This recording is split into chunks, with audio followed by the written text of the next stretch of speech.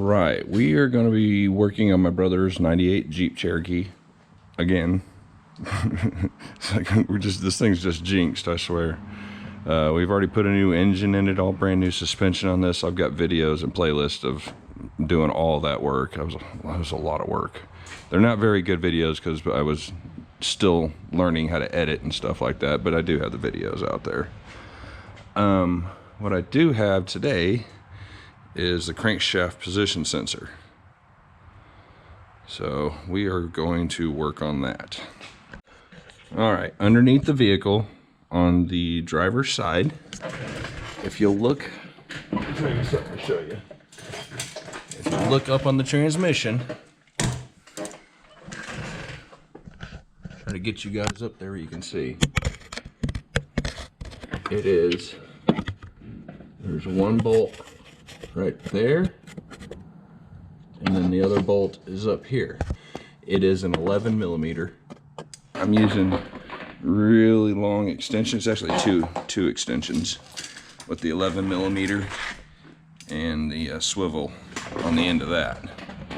I really don't think you could do this without the swivel unless you could get your hands up there with a short one, but I have a swivel, which we all know we don't really like, but it's a necessary tool. So let's get that done. I don't know if it's gonna, I don't know if you guys can see it or not, but if you've worked on a Jeep, you know where you're at on it. You've been working on it enough. Oh, see, swivel sockets suck, but necessary evil. That one's, this is at the top one. Sorry, I can't get the camera up there and work at the same time.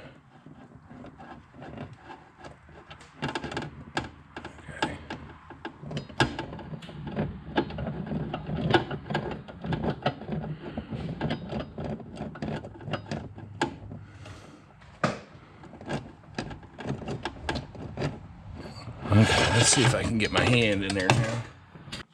All right, there's one little bitty thing. It's about 1.25 inches long, it looks like. Which one did I get? I got the top one, so I just need to get the bottom one now. And there's the bottom one. I'm pretty sure it just lifts. Comes right out of there. Oh yeah, there it is, right there. So now we are going to go up to the top and unplug it.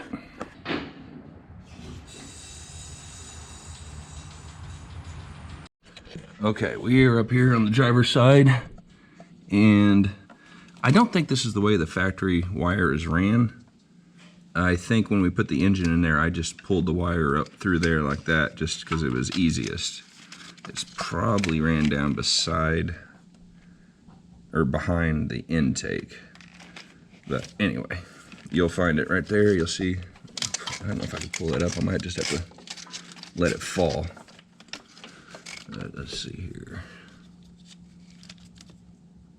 Push that clip in, is that right? Yeah. So you just, that clip right there, you just push it in and then wiggle it apart and it comes apart. It's a 3-plug. Now we're just gonna, since we know it's bad, we're just gonna go ahead and, no, it ain't going out that way. Come here.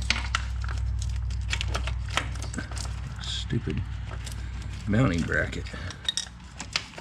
There we go. Okay. Whew.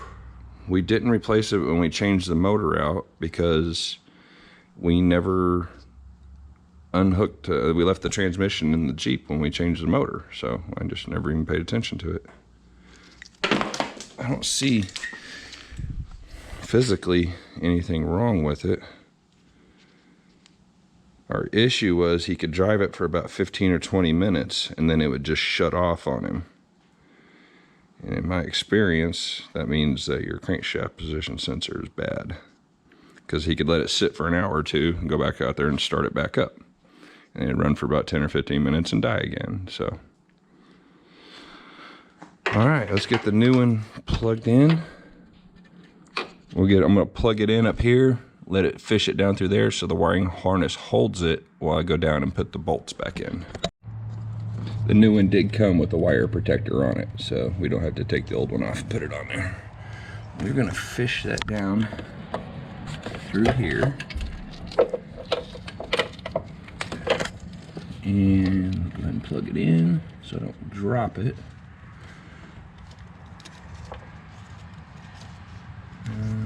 Go that way. Yeah, that way. Okay, we're back under here. Where's the sensor? There it is. I'm gonna bring that up and over. And yeah, I have to reach it from this side. I'm probably not gonna be able to show you that.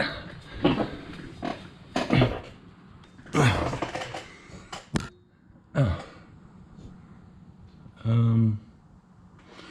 Is that right? Yeah, there we go. Y'all can see that now. There she is. I'm gonna get the bolts started. This one came off the top. I can't see anything, so that always makes it fun. Oop. Oh no, don't drop it. Ugh. Let me get these started, and I'll be right back. Got them started.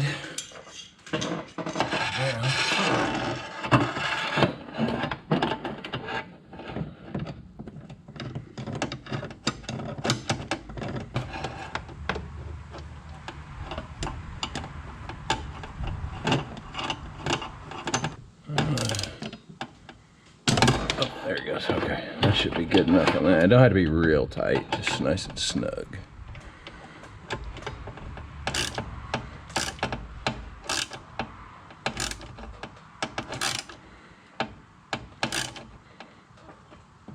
There we go. All right. And that's it. Not really that big a deal, I don't think. Took me a whole 10 minutes